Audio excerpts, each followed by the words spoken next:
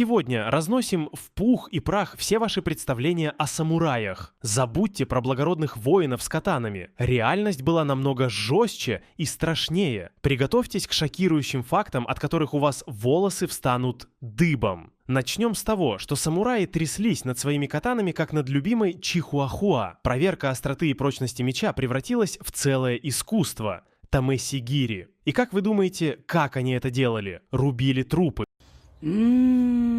Сука, ну мед. Мед, блядь. Ну, медятина, мед.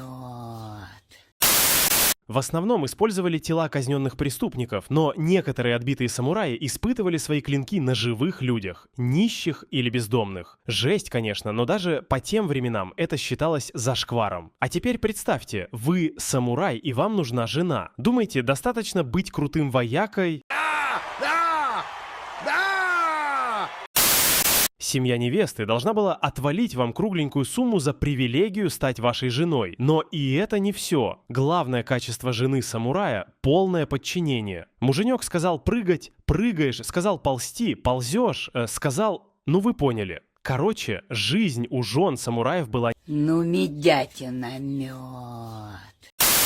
Не думайте, что сами самураи только и делали, что дома штаны просиживали. Эти ребята были профессиональными вояками, охраняли дворцы, решали земельные конфликты и защищали границы. И хотя их часто называют буси или цувамана, типа человек с оружием, самурай — это не просто воин, а еще и чиновник невысокого ранга. Так что представьте себе такого мелкого клерка, который мечтает только об одном — набить пузо рисом. Вот вам и образ настоящего самурая. А вот еще прикол. Стать самураем мог не каждый. Нужно было родиться в семье самурая. И с детства этих парней воспитывали в духе полного подчинения и безразличия к смерти. Их таскали на казни, заставляли не спать ночами, ходить по снегу босиком и делать кучу другой жести. Короче, готовили к суровой жизни воина. Кстати, о смерти. Самураи, конечно, не были бессмертными берсерками, но страх перед смертью считался у них позором. По их философии, жизнь — это фигня, а вот смерть — это путь к новому рождению. Поэтому самураи готовы были умереть за свою честь или своего господина. Кстати, о господах. У самураев всегда был хозяин, которому они служили. Но это не значит, что они были рабами. В старые времена самураи могли легко сменить хозяина, если тот плохо платил или был слабаком. А вот в более поздние времена самураи должны были быть верны своему господину до конца. Если хозяин терял свой статус, самурай становился ранином, бродячим воином без гроша. Версий. Зачем они это делали? Первая версия – религиозная. Японцы верят в духов и богов, и маска Они должна была защищать самурая от злых сил.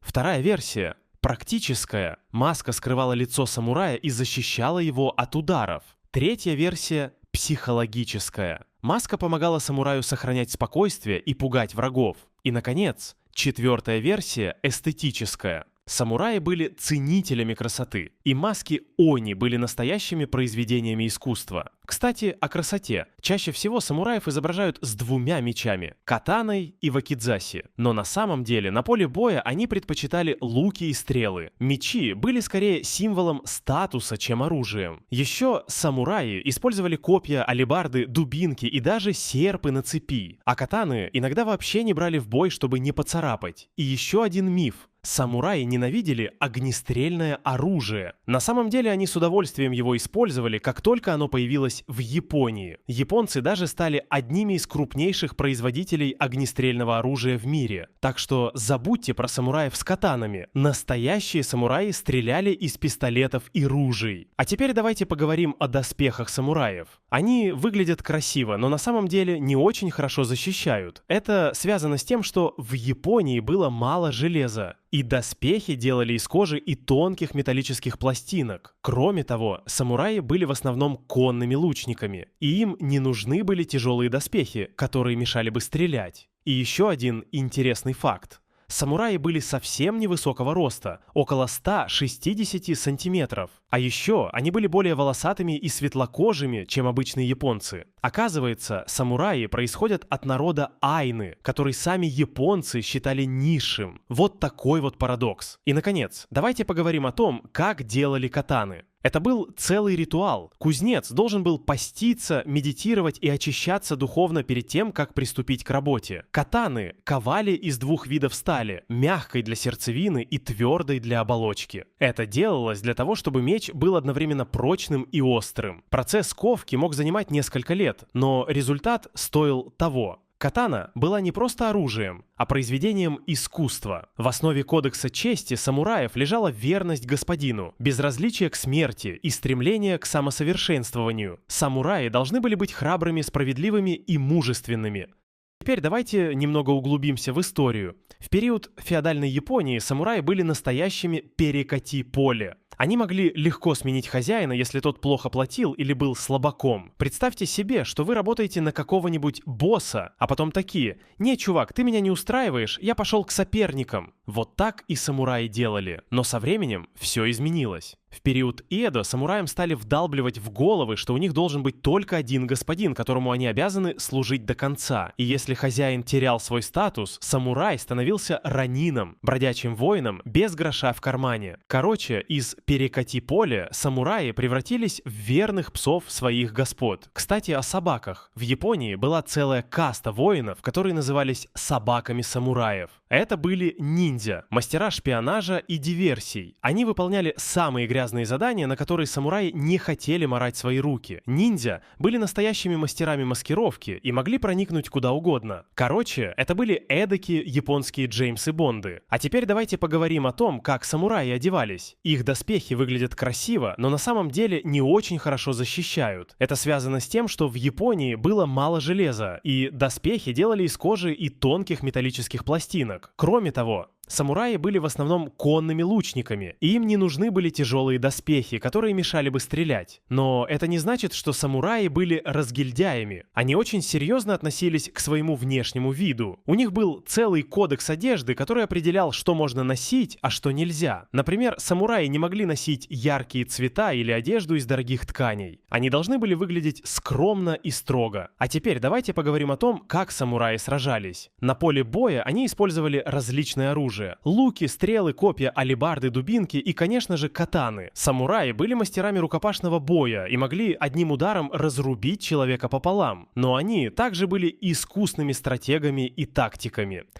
Самураи предпочитали сражаться на открытой местности, где они могли использовать свое преимущество в скорости и маневренности. Они часто использовали тактику засад и внезапных атак. Самураи также были мастерами психологической войны. Они использовали устрашающие маски и боевые кличи, чтобы деморализовать противника. Но самураи не были непобедимыми. Они часто проигрывали битвы, и многие из них погибали на поле боя. Но даже в поражении самураи сохраняли свое достоинство и честь. Они предпочитали умереть, чем сдаться в плен. Кстати, о чести. У самураев был свой кодекс чести, который назывался бусидо. Бусидо требовал от самурая быть верным своему господину, быть храбрым, справедливым и мужественным. Самурай должен был быть готов умереть за свою честь или своего господина. Бусидо также требовал от самурая быть образованным и культурным человеком. Он должен был читать стихи, заниматься чайной церемонией и быть умеренным в еде и питье. Но бусидо